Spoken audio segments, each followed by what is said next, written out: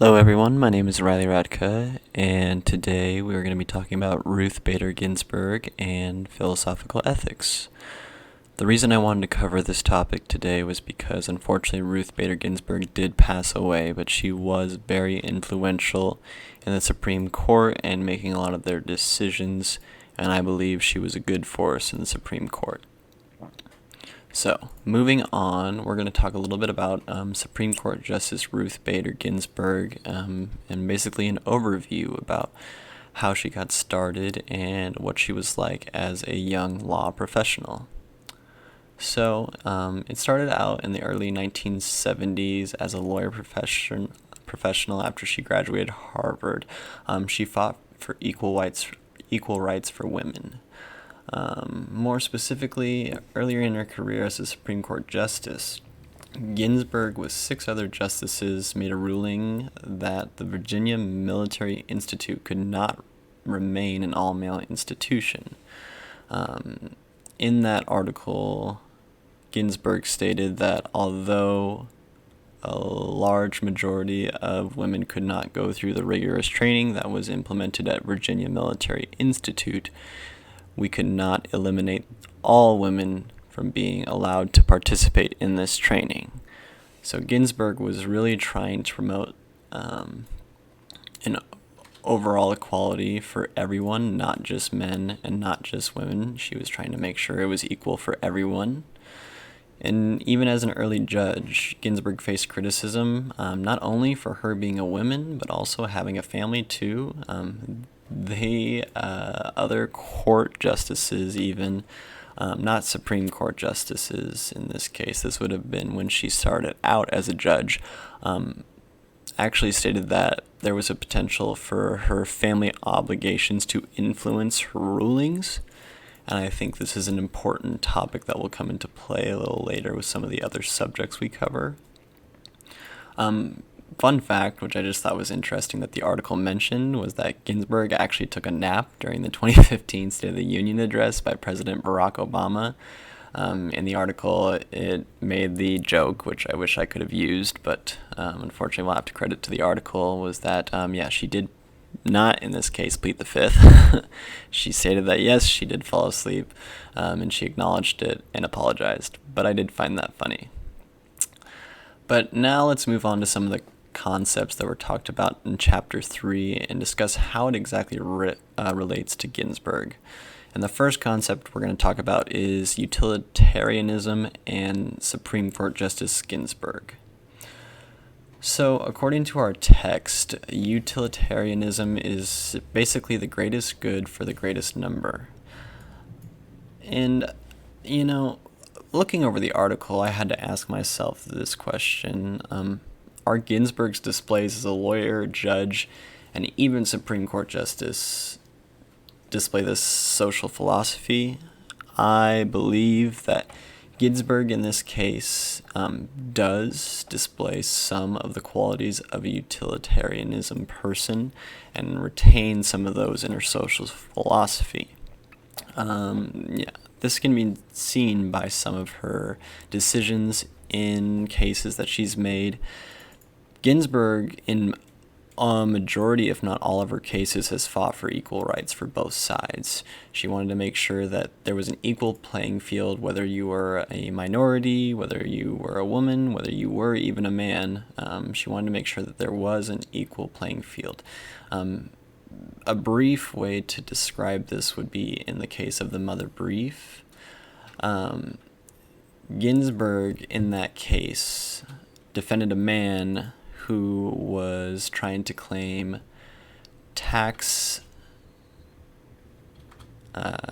benefits from his mother. In that state, unfortunately, it was allowed only to be to widows and women. Ginsburg represented the man because she believed that there should be an equal playing field for all. So, in this case, to me, it would appear that Ginsburg has a utilitarianism philosophy.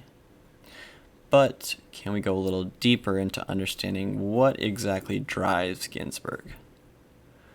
So, we're going to talk a little bit now about Ginsburg's ethics and principles. So, in her time as a Supreme Court Justice, Ginsburg definitely wanted to make sure that her ethics and principles were understood. And to do this, she used her wits to convince the other justices on the Supreme Court to truly follow the 14th Amendment. Ginsburg developed a duty in order to uphold this principle of the 14th Amendment, despite the consequences to her and her reputation. The principle of the 14th Amendment is equal protection under the law for all, and because of this principle that was stated, Ginsburg made it her duty to be sure to enforce the law in that way, where it is equal protection for all, despite whether or not it would ruin her or her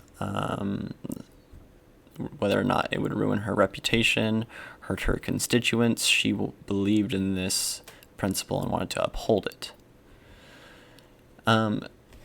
What I also thought was interesting in the text was that this was categorically imperative despite her position.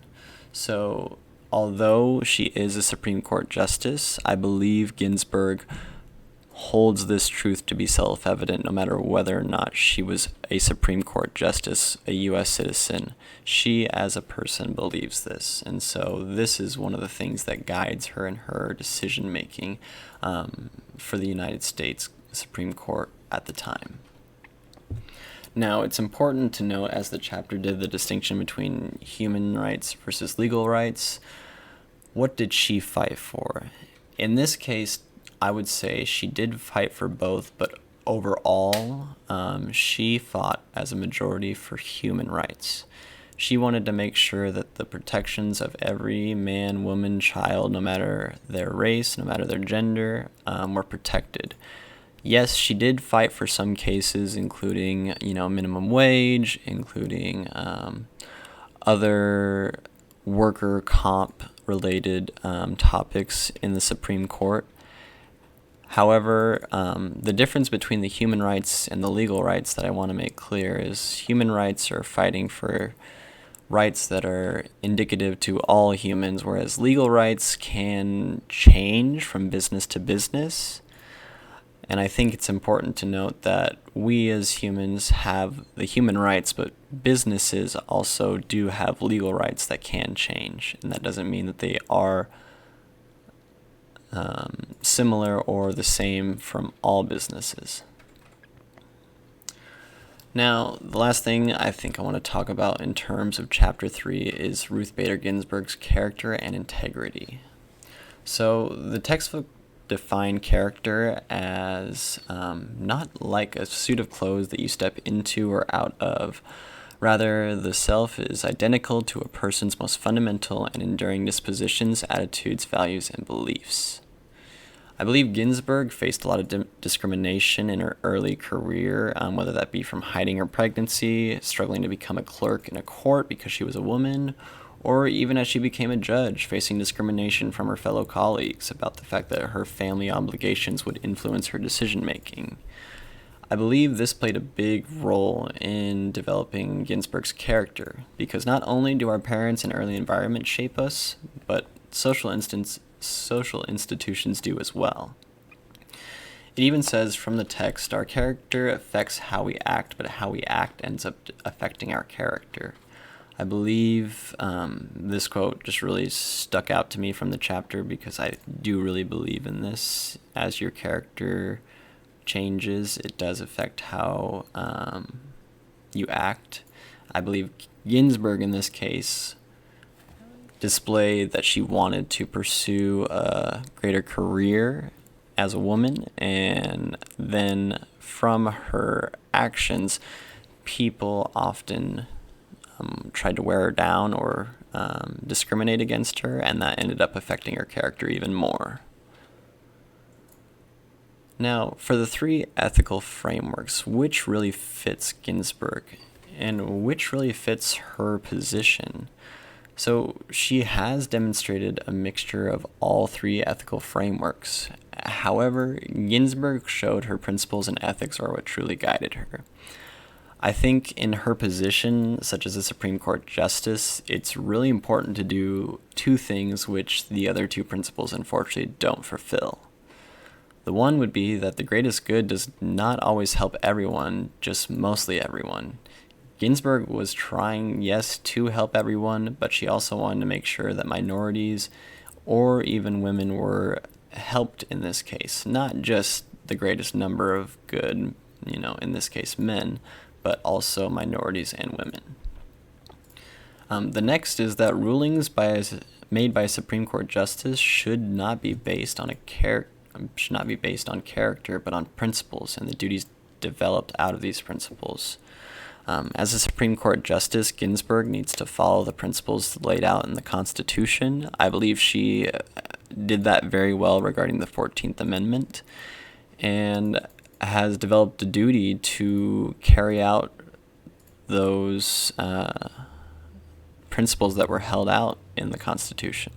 Unfortunately, she is no longer here to be a part of the Supreme Court and carry out her duty that she believed in, but overall, I do believe that Ginsburg's ethics and principles are what guided her, and in most cases, this would be what would need to be used in a manager position, I feel, for any business. Not to be guided by one's previous character or to be guided just by the greatest number of good, but to be guided by ethics and principles set up in place so that way you know what your duty is and respond to that the same way each time.